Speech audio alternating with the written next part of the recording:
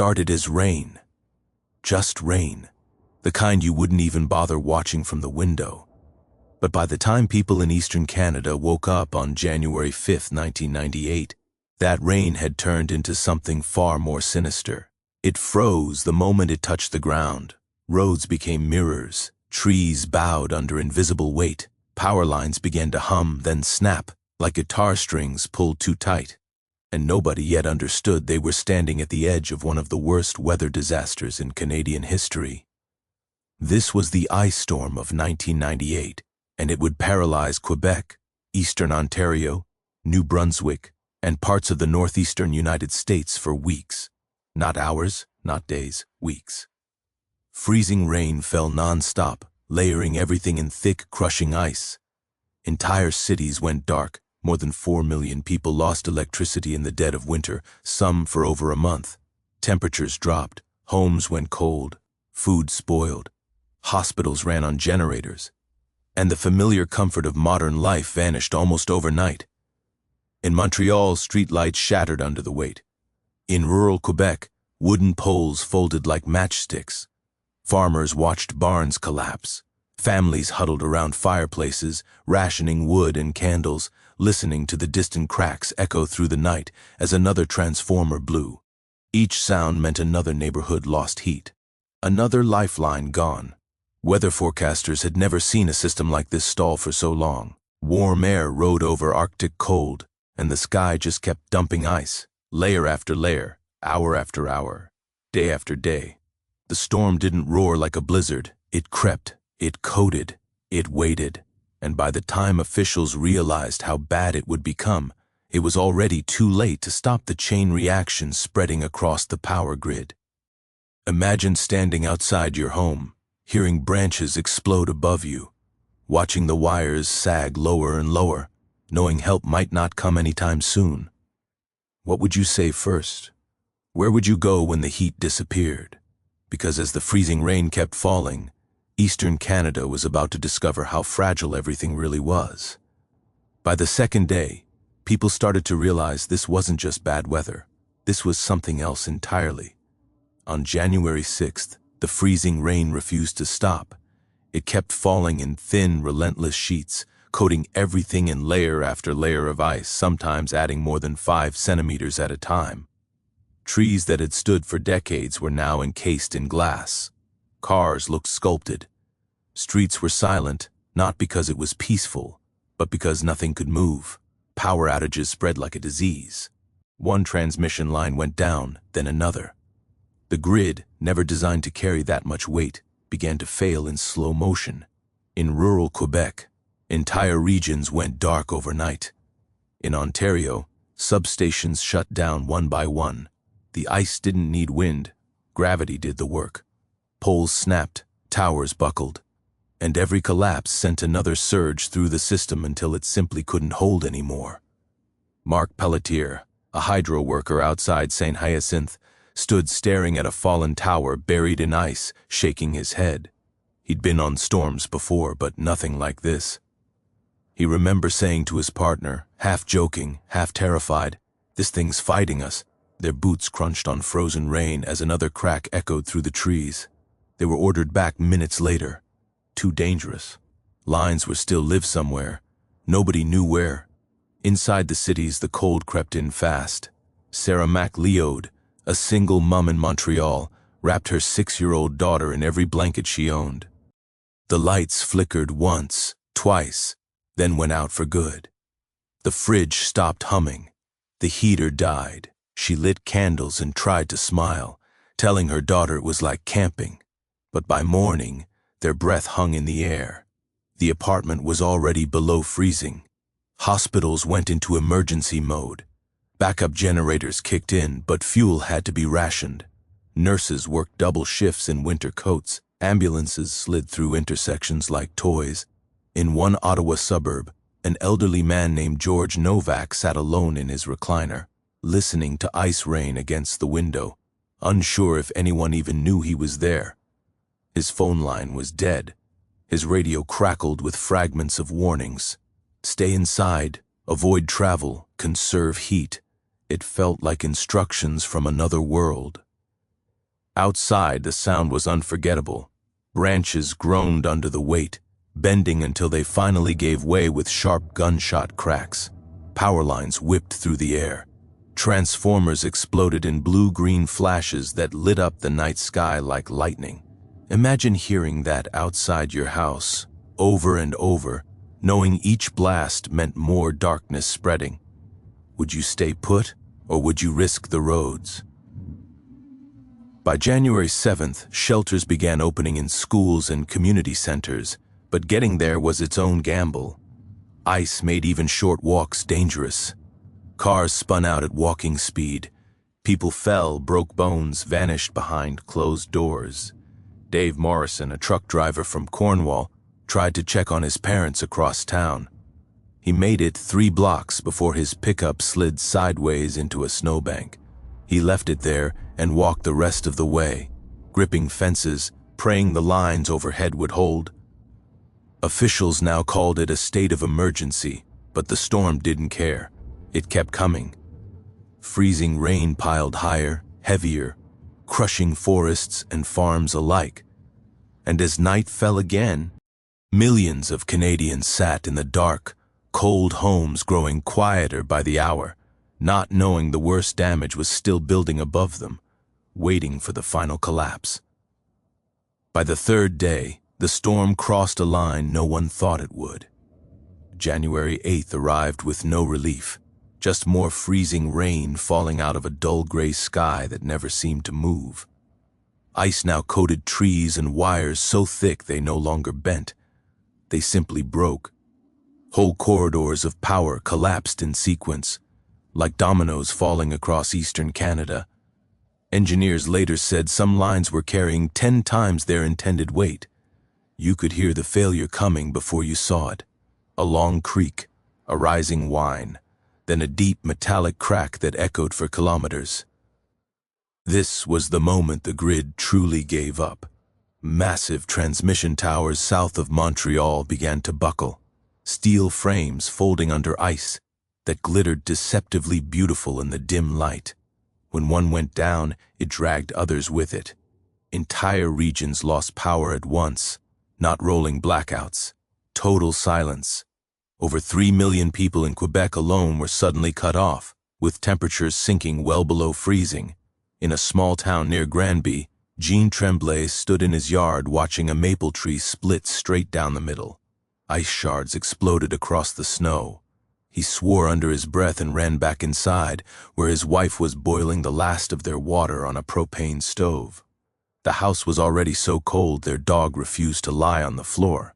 Jean pressed his hand to the wall and said quietly, "It's not stopping, is it?" No one answered. Emergency services were overwhelmed. Firefighters responded to calls of sparks and flames as live wires hit trees and rooftops. Crews worked until exhaustion forced them to stop. It was too dangerous to repair lines while the ice was still falling. Some workers slept in their trucks, engines running for heat, knowing the fuel might be needed later. Others were pulled off the roads entirely as visibility dropped and crashes piled up. In Ottawa, Karen Phillips, 8 months pregnant, sat in a dark townhouse with her husband, counting hours between contractions. The power had been gone for 2 days. Their car wouldn't start. When another transformer blew nearby, lighting the sky blue through the windows, Karen burst into tears. "What if the hospital's dark too?" she asked. Her husband didn't have an answer. He just pulled her closer, both of them listening to the ice ticking and popping as it grew thicker on the roof. Food became a problem fast. Supermarket shelves emptied within hours where stores could still open. Milk froze solid in fridges. Pipes burst. People melted snow to flush toilets. In rural areas, farmers struggled to keep livestock alive. Barn roofs collapsed under the weight, trapping animals inside. One dairy farmer outside Drummondville worked through the night with a chainsaw, cutting ice off beams by flashlight, his hands numb, breath freezing in his beard. The soundscape of the storm changed too. At first it was rain. Then it became a constant crackle, like thousands of tiny fingers snapping at once. Every so often came the big breaks, the ones that made your stomach drop. Imagine lying in bed, fully dressed because it's too cold to sleep otherwise, wondering if the next crash will be the tree outside your window or the line feeding your street. Would you even hear help coming if something went wrong? Military officials were now watching closely. Civil authorities requested assistance as shelters filled beyond capacity. Tens of thousands of people fled their homes, seeking warmth wherever they could find it. Families slept on gym floors. Elderly residents were carried out on stretchers, wrapped in blankets.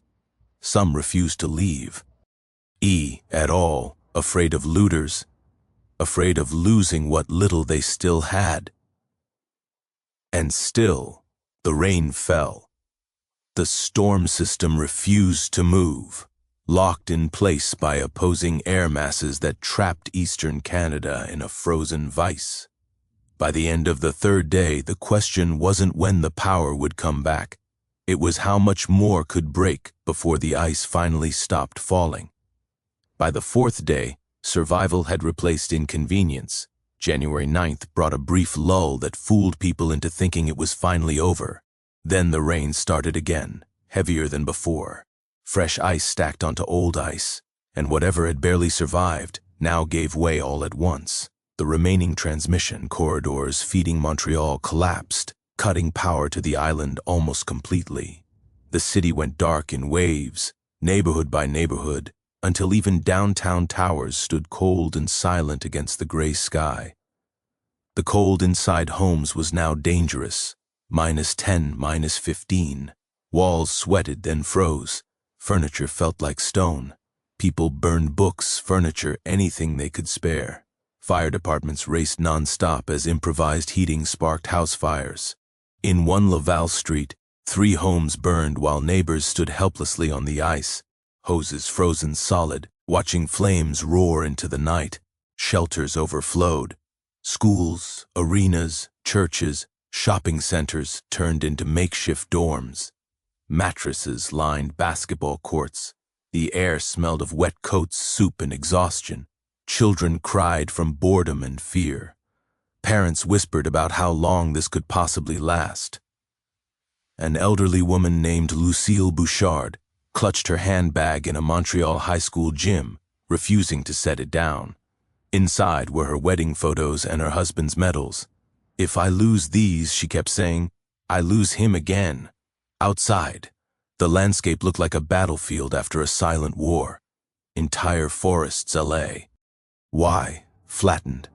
Roads vanished under fallen poles and tangled wire. Military trucks rolled in, tires chained, engines growling, bringing soldiers into neighborhoods that looked more like disaster zones than suburbs. It was the first time many Canadians had ever seen the army on their streets, knocking on doors, checking for survivors. Private homes became lifelines. Anyone with a fireplace or generator suddenly had strangers sleeping on their floors. In Kingston, Mike O'Connor ran extension cords through snow-covered windows to power his neighbors' fridges. He cooked massive pots of stew on a wood stove, handing out bowls without asking names. "We'll figure it out later," he said. "Right now we eat. If you or your family have ever lived through a storm like this, a time when the lights stayed off and neighbors became your only safety net, share that story in the comments. These moments don't fade easily, and every community remembers them differently. Not everyone made it to warmth. Emergency responders found people who'd tried to wait it out alone. Carbon monoxide poisonings rose as grills and generators were used indoors. In rural Quebec, an elderly couple was discovered frozen in their farmhouse, having refused evacuation days earlier. Their radio still played softly beside them, a cruel reminder of how quiet the end can be. The grid lay in ruins. Thousands of kilometers of line were destroyed. Towers twisted like broken ribs. Utility officials admitted the truth behind closed doors. Even if the rain stopped today, repairs would take weeks. Crews worked in rotating shifts, chipping ice with hammers, climbing towers that still creaked ominously under their weight. Every repair risked another collapse. Families made impossible choices. Stay in shelters indefinitely, or return to homes that might not see power for a month. Parents argued quietly late at night. Isle children slept wrapped in donated blankets. In one Cornwall shelter, a teenage boy asked a soldier when school would start again. The soldier hesitated, then shrugged. "When the lights come back," he said. No one laughed. As darkness fell again, the freezing rain finally began to weaken. Drops spaced farther apart. The constant crackle softened. But the damage was done. Millions were displaced.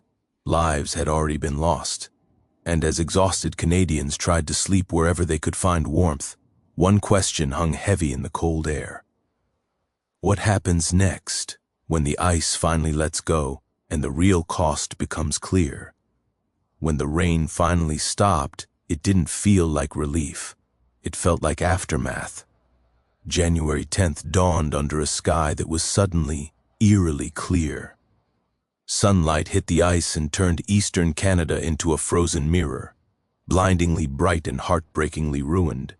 Every tree, every wire, every street glittered. And everywhere you looked, something was broken. This was the morning people stepped outside and truly understood what had been lost. The silence was unsettling. No rain, no wind, just the occasional crash as another ice-loaded branch finally surrendered. Crews moved carefully now, assessing damage that stretched beyond anything on record. Entire power corridors were gone. Not damaged, gone. Steel towers lay crumpled in fields. Wooden poles snapped in half by forces they were never designed to withstand. Engineers spoke in quiet, stunned voices. Rebuilding wouldn't be quick. It wouldn't be easy. And for many, it wouldn't come soon enough. In Montreal's West End, Rachel Wynne returned to her townhouse for the first time in days. She pushed the door open and felt the cold slap her face. Ice coated the inside of the windows. Her houseplants were black and wilted. Food in the fridge had turned into frozen bricks. She stood there for a long moment, keys still in her hand, and whispered, "This doesn't feel like home anymore." She took what she could carry and left again. Rural communities were hit hardest. Farmers faced fields littered with SP. Lintered trees and collapsed barns. Thousands of animals had died from exposure or injuries. Pierre Laflamme, a third-generation cattle farmer, walked his land in rubber boots and tears. He stopped beside a fallen fence and stared at the ice-crusted pasture. "My father built this," he said to no one, "and the storm took it in 3 days." The military presence expanded. Soldiers helped clear roads, delivered fuel, checked isolated homes. Helicopters flew low over frozen forests, scanning for smoke from makeshift fires that might mean someone was still alive. In small towns, the sound of engines became a comfort, proof that someone hadn't forgotten them. Imagine being cut off for days, no power, no phone, no radio, then hearing that thump in the sky. Would you run outside and wave, or would you be too tired to move? Utility workers became unlikely heroes. Men and women from across Canada and the United States arrived to help rebuild the grid. They slept in trucks, ate cold meals, and worked 16-hour shifts in freezing temperatures. Every line restored was celebrated like a small miracle. In one Ontario neighborhood, residents cheered as a single porch light flickered back to life. People hugged strangers, some cried openly. Hope came one circuit at a time, but the danger wasn't over. As temperatures rose slightly, ice began to fall. Massive chunks crashed from trees and rooftops without warning. Roads had to be closed again. Injuries mounted. Hospitals treated broken bones, hypothermia, and exhaustion. The storm might have stopped, but it was still claiming victims. Inside shelters, patients wore thin. Families argued. Children grew restless. People worried about jobs, bills, and whether insurance would cover any of this. A man in a Gatineau arena asked a volunteer how long he could stay. She hesitated, then said softly, "As long as you need." He nodded. Eyes. Ned, knowing that answer, came with no real certainty. As the days stretched on, the scale of the disaster became clear. Tens of billions in damage, millions displaced, entire landscapes altered. And yet amid the wreckage, something else surfaced. Neighbors who'd never spoken before now shared meals. Communities organized food runs. Strangers checked on each other without being asked. In the cold shadow of the ice storm, eastern Canada was being rewired in more ways than one. Still, many remained in the dark. And as crews raced against time to restore power before another deep freeze set in, a heavy truth settled over the region. The storm was over, but its grip on people's lives was far from finished. When the lights finally came back on, it didn't happen all at once. It came in fragments, a block here, a farmhouse there. Sometimes it was weeks after the storm had ended. In some rural parts of Quebec and eastern Ontario, power didn't return until early February. By then, the ice storm of 1998 had already carved itself deep into the national memory. Officially, at least 35 people lost their lives, though many believe the true toll was higher. Some died from hypothermia after waiting too long for help. Others from fire's carbon monoxide poisoning, heart attacks brought on by stress and cold. Death didn't arrive with drama. It came quietly, behind closed doors, in dark homes where radios played and generators hummed until they didn't. The damage was staggering. More than 25,000 utility poles destroyed. Over 1,000 steel transmission towers damaged or collapsed. Forests across southern Quebec looked as if a giant hand had smashed them flat. Entire orchards were ruined. Maple syrup producers lost decades-old trees. The economic cost reached into the billions, but numbers couldn't capture what people felt standing in front of homes that no longer felt safe, warm, or familiar. Rebuilding was slow and exhausting. Utility companies redesigned parts of the grid entirely, reinforcing lines, replacing wooden poles with steel, rethinking how power was delivered in extreme weather. Emergency response systems were rewritten. Shelters were reevaluated. The storm forced Canada to admit a hard truth. Modern life, for all its confidence, was far more fragile than anyone wanted to believe. For many families, the storm became a dividing line. Life before the ice, life after. Children who slept in gymnasiums for weeks remembered the smell of blankets and soup for the rest of their lives. Adults who chopped ice off roofs and carried neighbors through the dark never quite looked at winter the same way again. In Montreal, some people still flinch when freezing rain hits the pavement, even decades later. There were stories of loss that never made headlines, photo albums destroyed by burst pipes, pets that didn't survive the cold, family homes sold years later because the memory of that winter never faded. And yet, there were stories of connection too. Lifelong friendships formed in shelters, neighbors who still exchange Christmas cards because they once shared a generator and a pot of stew during the coldest nights of their lives. The ice storm changed how Canadians talked about preparedness. Emergency kits became common. Generators sold out every winter after. Weather warnings were taken more seriously. But perhaps the biggest change was quieter. A shared understanding that when systems fail, people become the system. That survival doesn't come from power lines alone, but from knocking on a neighbor's door, from sharing heat, from refusing to let someone freeze alone. If you were there, you remember the sound. Ice cracking like gunfire, transformers exploding in blue light. The unnatural silence of a city with no power. And if you weren't there, imagine it now. Weeks without heat, darkness every night, uncertainty every morning. How long would you hold out? Who would you check on first?